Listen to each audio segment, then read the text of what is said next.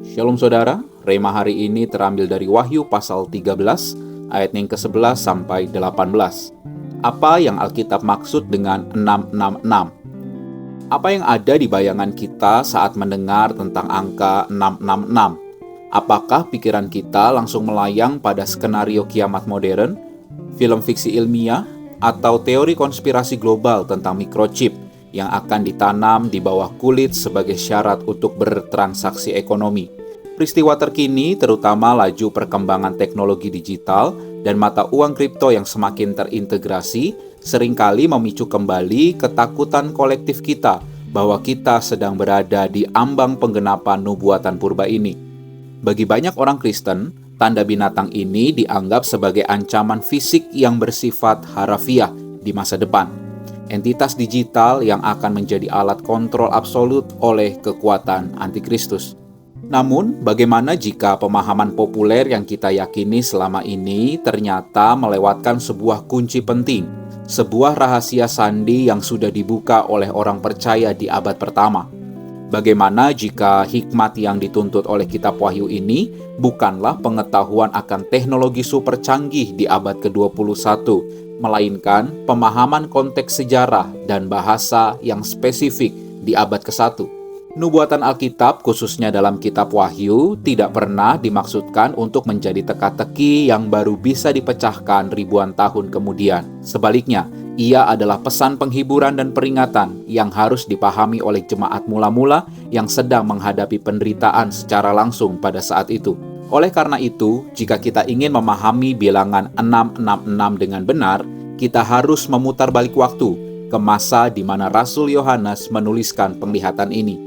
Kita harus bertanya, siapakah binatang itu bagi orang Kristen yang hidup di bawah ancaman pedang kekaisaran Romawi saat itu? Ayat utama kita dari ayatnya yang ke-18, firman Tuhan berkata demikian, yang terpenting di sini adalah hikmat. Barang siapa yang bijaksana, baiklah ia menghitung bilangan binatang itu, karena bilangan itu adalah bilangan seorang manusia, dan bilangannya ialah 666. Untuk membuka tabir rahasia bilangan 666 ini, kita perlu memahami kode enskripsi kuno yang disebut sebagai gematria. Gematria adalah praktik penafsiran kata-kata Ibrani atau Yunani dengan menjumlahkan nilai numerik dari huruf-huruf pembentuknya. Dalam sistem bilangan kuno, tidak ada angka terpisah seperti yang kita kenal sekarang. 1, 2, 3, dan seterusnya. Itu belum ada. Melainkan, setiap huruf dalam alfabet juga berfungsi sebagai angka. Misalnya, dalam bahasa Ibrani, huruf Alef bernilai 1, huruf Bet bernilai 2, dan seterusnya. Praktek ini umum digunakan dalam tulisan-tulisan Yahudi, dan oleh karena itu, sangat wajar jika Rasul Yohanes menggunakannya sebagai sandi untuk mengidentifikasi musuh. Rasul Yohanes menuliskan, bilangan itu adalah bilangan seorang manusia, mengindikasikan bahwa 666 adalah kode numerik untuk nama seseorang. Siapakah sosok paling menakutkan, paling antikristus, dan paling kejam yang dikenal oleh orang Kristen di Asia Kecil pada paruh kedua abad pertama saat itu? Jawabannya mengarah pada satu nama, yaitu Kaisar Nero. Mari kita melihat bagaimana nama Kaisar Nero diubah menjadi angka dalam gematria Ibrani. Nama Kaisar Nero dalam bahasa Ibrani adalah Neron Kaisar. Huruf-huruf Ibrani yang membentuk nama ini memiliki nilai sebagai berikut. Kata Neron terdiri dari huruf Nun, Res, Waw, dan Nun. Nun memiliki nilai 50. Res memiliki nilai 200. Waw memiliki nilai 6. Dan Nun memiliki nilai 50. Kata Kaisar terdiri dari huruf Kop, Samek, dan Res.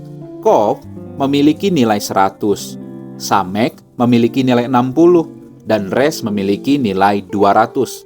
Sehingga jika kita menjumlahkan semua nilai numerik ini, maka kita akan mendapatkan jumlah 666.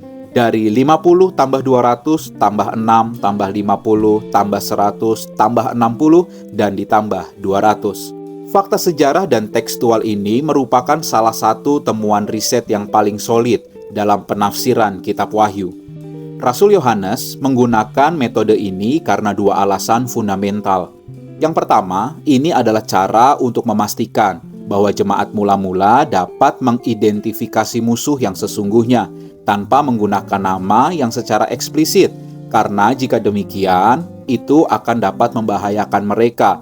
Karena jika mereka mengucapkan atau menulis nama Kaisar Nero sebagai binatang secara terbuka, maka akan dianggap sebagai pengkhianatan dan berujung pada eksekusi. Alasan yang kedua, ini adalah bentuk ironi teologis. Angka 7 adalah bilangan kesempurnaan ilahi dalam tradisi Yahudi, sedangkan angka 6 adalah bilangan manusia. Angka 6 kurang 1 dari kesempurnaan ilahi, yaitu angka 7. Angka 7 melambangkan kesempurnaan ilahi, kekudusan, dan istirahat hari Sabat. Karena 6 kurang 1 dari 7, maka 6 secara simbolis mewakili beberapa hal ini. Yang pertama, angka 6 mewakili upaya dan usaha.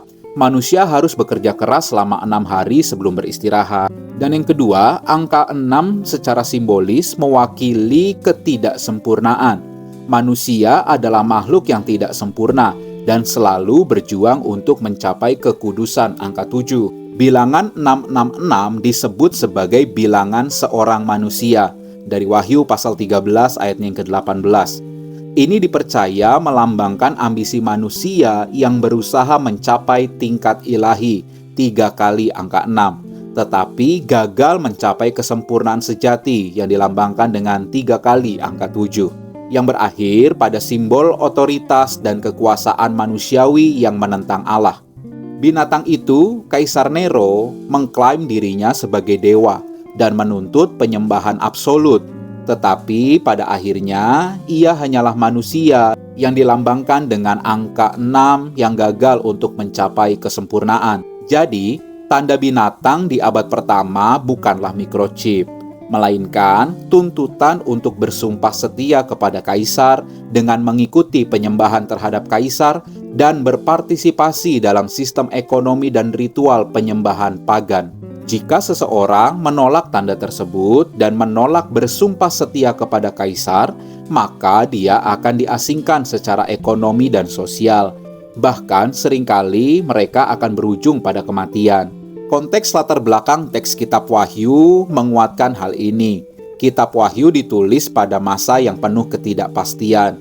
Kaisar Nero yang terkenal akan kebrutalannya telah melakukan penganiayaan besar-besaran terhadap orang Kristen. Mereka dikambing hitamkan, difitnah sebagai dalang dari peristiwa kebakaran besar Roma pada tahun 64 Masehi. Setelah kematian Kaisar Nero yang misterius, muncul legenda Nero Redivivus, yang berarti Nero yang akan kembali. Banyak orang Romawi dan Kristen awal percaya bahwa Nero tidak benar-benar mati, melainkan akan kembali memimpin pasukan Partia untuk menghancurkan Roma. Ini memberikan konteks yang kuat bagi tokoh binatang yang akan naik dari jurang maut, yang ditulis dalam Wahyu pasal 11 dan pasal 17. Penyebutan kata binatang dalam bahasa Yunani, therion, adalah istilah yang sangat kuat yang sering digunakan dalam Septuaginta atau Perjanjian Lama dalam bahasa Yunani untuk merujuk pada kerajaan-kerajaan jahat yang menindas umat Allah, seperti yang terlihat di dalam kitab Daniel. Rasul Yohanes menggunakan istilah binatang, therion, untuk melukiskan kekaisaran Romawi yang kejam. Dengan pemahaman ini, kita bisa melihat bahwa tantangan yang dihadapi gereja mula-mula bersifat langsung dan nyata, bukan metaforis yang tidak relevan dengan kehidupan mereka saat itu. Pertarungan mereka adalah antara menyembah Allah yang benar dengan tanda meterai Allah di dahi mereka, atau menyembah kaisar dengan menerima tanda binatang di tangan kanan atau dahi mereka. Meterai Allah di dahi kita adalah tanda ketaatan intelektual kita kepadanya, dan tanda di tangan kanan melambangkan ketaatan dalam tindakan praktis kita kepada kebenarannya. Sedangkan tanda binatang melambangkan kesetiaan kepada sistem Romawi dan partisipasi dalam praktik ekonominya dengan tanda di tangan kanan. Meskipun bilangan 666 secara historis merujuk pada Kaisar Nero, Pesan kitab Wahyu tidak terbatas hanya pada abad pertama saja. Nero adalah tipe atau pola dasar dari antikristus akhir zaman yang mewakili semangat keduniawian dan pemujaan diri sendiri atau pemujaan terhadap manusia yang menentang Kristus. Roh binatang itu yang menuntut kesetiaan absolut dan menganiaya mereka yang menolak masih bekerja hari ini dalam bentuk yang berbeda. Roh ini hadir dalam setiap sistem, ideologi, atau budaya yang menuntut loyalitas kita melebihi loyalitas kita kepada Yesus Kristus. Ia hadir dalam kapitalisme yang menghamba kepada kekayaan, dan politik yang menuntut fanatisme buta, atau dalam budaya yang menganggap nilai-nilai ilahi sebagai sesuatu yang kuno dan tidak relevan lagi. Pelajaran praktis bagi kita hari ini adalah bahwa pertempuran rohani kita bukan tentang menolak chip di masa depan, melainkan tentang mempertahankan kesetiaan tak bercacat kepada Allah setiap hari. Apakah kita sudah siap menolak godaan untuk berkompromi dengan dunia demi kemudahan ekonomi, popularitas sosial, atau kekuasaan politik? Mana yang kita izinkan? Dahi kita, lambang dari pikiran kita, dan tangan kanan kita, lambang dari tindakan kita, dibentuk oleh firman Allah atau dibentuk oleh tuntutan dan tren dunia. Penolakan terhadap tanda binatang di zaman modern ini adalah menolak untuk membiarkan gaya hidup kita diatur oleh nilai-nilai keduniawian. Kita dipanggil untuk memiliki hikmat yang sejati, Wahyu 3 ayat 18. Hikmat untuk memahami bahwa Kristus telah menang atas roh Nero dan semua bentuk antikristus lain. Dengan demikian, kita harus berdiri teguh dalam kasih karunia dan kebenaran, memastikan bahwa meterai kesetiaan kepada Allah sudah terpatri di dalam hati dan tindakan kita. Inilah kemenangan orang-orang kudus untuk tetap sabar, taat, dan setia memegang perintah Allah dan iman kepada Yesus, terlepas dari tekanan yang diberikan oleh roh binatang di sekitar kita.